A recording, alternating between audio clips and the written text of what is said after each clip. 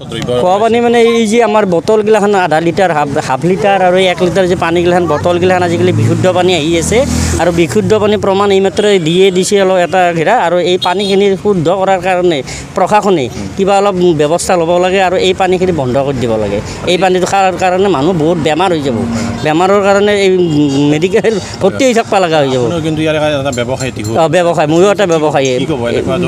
এনে অভিযোগ মানে মানুহখিনি এই পানীটো ল'ব নাই আৰু বিশুদ্ধ পানী যেহেতু বস্তুটো বেয়াই একদম কোনো হেয়ে নাই আৰু বটলত একদম ডাইৰেক্ট দেখা পাই গৈছে যে বটলটো একদম বেয়া পানীটো একদম পূৰা ঘূৰি আছে তাত কিছুমান বয়া পদাৰ্থ একদম সোমাই আছে। এই পানীখিনি চাফা কৰাৰ কাৰণে প্ৰশাসনক কিবা এটা এজন মানে কাষ্টমাৰে এই বটলটো যদি খাই পানী খাই যদি অসুখ হয় তাৰপিছত দায়ী কোন হ'ব? যোনে পৰা পানীটো ৰাখিছোঁ সেই কোম্পানীটোৰ কাৰণে দায়ী হ'ব। ব্যৱসায়ৰ ওপৰত আমাৰ ওপৰত কমপ্লেইন হ'ব। আমি আৰু তাৰ ওপৰত কমপ্লেইন দিব লাগিব যিটো ব্যৱসায় পানীটো আমাক দিছে সেই পানীখিনিৰ কাৰণে আমি তাক ক'ব লাগিব কথাটো যেনে তেনে পানীটো বিশুদ্ধ পানী হৈ আছে এই পানীখিনি যেন অতি সোনকালে বন্ধ কৰি দিব লাগে বস্তুটো সেয়ে।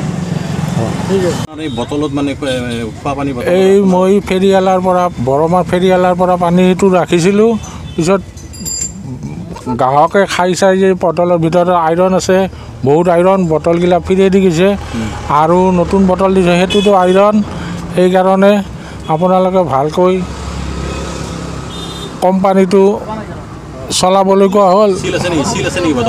বটলত চিল মানে সেই চিল এহাৰ কোম্পানীৰ ব্লুজ হিমালয়া নেকি? হিমালয়া কোম্পানীটো দীঘলী নেকি সেই চাইডৰে কিবা ৰতনপুৰ দীঘলীৰ এই চাইডৰে আগৰ পৰা এইটো কোম্পানী দি থাকে। বৰমাৰ ফেৰিয়ালা এটাই এইবাৰ যি আইৰণ আছে ইমান গম নাপাওঁ। গ্ৰাহকে বহুত হেৰি কৰিছে। পানীটো বহুত কিহৰ কাৰণে হৈছে নাজানো।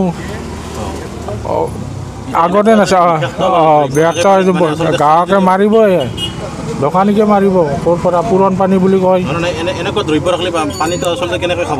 মানুহে খাব কেনেকৈ খাব? কোম্পানী ঠিকমতে চলালে ভাল হয়। যিহেতু আপুনি এইটো বিক্ৰী কৰিছে আপোনাৰ গাতে লাগিব। মোৰ গাতে লাগিব। মোক ধৰিছে পাব্লিক সংবাদ মাধ্যমত মই জনাইছোঁ এইটো কি কৰে আপোনালোকে কৰক। এইখিনিয়ে মোৰ ক'ব লগা। ঠিক আছে।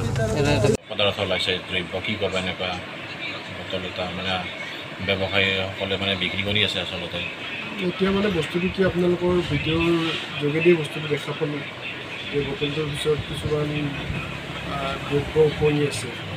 গতিকে এই ক্ষেত্ৰত আমি চেম্বাৰ্ছ অফ কমাৰ্চ নলবাৰী জিলাৰ তৰফৰ পৰা আমি বিভাগীয় বিষয়াসকলক বা চৰকাৰক আহ্বান জনাওঁ যাতে এই ক্ষেত্ৰত নিয়মিতভাৱে পৰিদৰ্শনৰ ব্যৱস্থা ৰাখে আৰু জনসাধাৰণৰ স্বাৰ্থৰ সুৰক্ষাৰ প্ৰতি নজৰ ৰাখি আমাৰ যি উদ্যোগ যাৰ প্ৰতিষ্ঠানৰ মালিক বা কৰ্মচাৰীসকলকো আহ্বান জনাওঁ যাতে জনসাধাৰণৰ সুৰক্ষাটো আগত ৰাখি তেওঁলোকে নিজৰ ব্যৱসায়টো আগবঢ়াই লৈ যায়। গতিকে এই ক্ষেত্ৰত আমি বিচাৰোঁ যাতে জনসাধাৰণে বিশুদ্ধ খোৱা পানী বা আন যিবিলাক আমাৰ খাদ্যদ্ৰব্য সামগ্ৰী আছে সেই সামগ্ৰীসমূহ যাতে উচ্চ মানদণ্ডৰ হয় আৰু জনসাধাৰণৰ মানে স্বাস্থ্যৰ সপক্ষে হয় সেইখিনি আমি আহ্বান জনাইছোঁ। দেখা গৈছে যে আচলতে মানে পানী কোম্পানীবিলাক মানে যিবিলাক নীতি নিয়ম তেওঁলোকৰ জাননীত লিখা আছে মানে ভিতৰত তেওঁলোকে মানে কোনো ধৰণৰ নামানে। এতিয়া কথা হ'ল মানে আমাৰ বিভিন্ন অঞ্চলত বিশেষকৈ অসমতে এতিয়া কাঠফুলাৰ নিচিনা কিছুমান এইবিলাক পানীৰ পেকেজিং ড্ৰিংকৰ বটলৰ প্ৰচলন হৈ আছে। গতিকে এই ক্ষেত্ৰত সকলোবিলাক কোম্পানীয়ে যে যিটো সুৰক্ষা জনস্বাস্থ্যৰ সুৰক্ষাৰ দিশত যিটো ধৰণৰ নজৰ দিব লাগে সেই ধৰণৰ নজৰ হয়তো দিয়া নাই। গতিকে এই ক্ষেত্ৰত যিহেতু এইটো মানুহৰ লগত একদম প্ৰত্যক্ষ স্বাস্থ্যৰ মানে ভয়াৱহতাৰ প্ৰতি লক্ষ্য ৰাখি কণ কণ ল'ৰা ছোৱালীৰ পৰা বয়সীয়াল মানুহ সকলোৱে যিহেতু পানীটো আমাৰ অত্যাৱশ্যকীয়। এতিয়া পানী নহ'লে পানীয়ে মানুহৰ প্ৰাণ জীৱন প্ৰাণ। গতিকে এই দিশত সকলোৱে এই সচেতনতা ৰাখিব লাগে আৰু চৰকাৰে এই দিশত সজাগ দৃষ্টি ৰাখিব লাগে। অসম চৰকাৰৰ আচলতে খাদ্য সুৰক্ষা বিভাগ এটা আছে আৰু জনস্বাস্থ্যকাৰী এটা বিভাগ আছে। বিভাগ থকাৰ পিছতো আচলতে এনেকুৱা মানে ৰাইজে খাবলৈ মানে টকা দি কিনিব লগা হৈছে এনেকুৱা পানী বটল আচলতে। এতিয়া চাওক আমাৰ জল জীৱন মিছন বা তেনেধৰণৰ বহুত মিছনৰ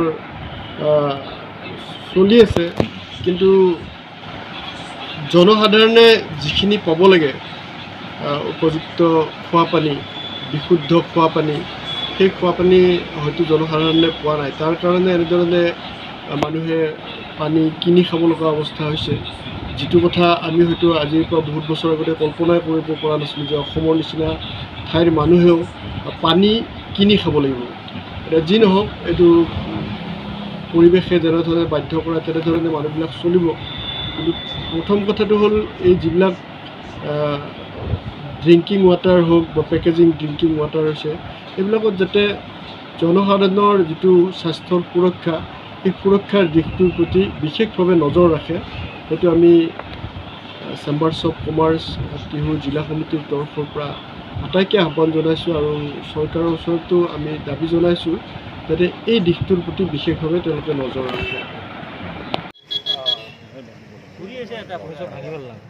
এটা বটলত নহয় ন, গোটেইকেইটা বটল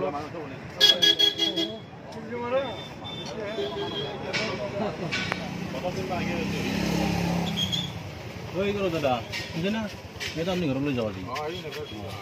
বাকী কিমানটা বটল আছে দামটো মই দি দিম আপোনাক।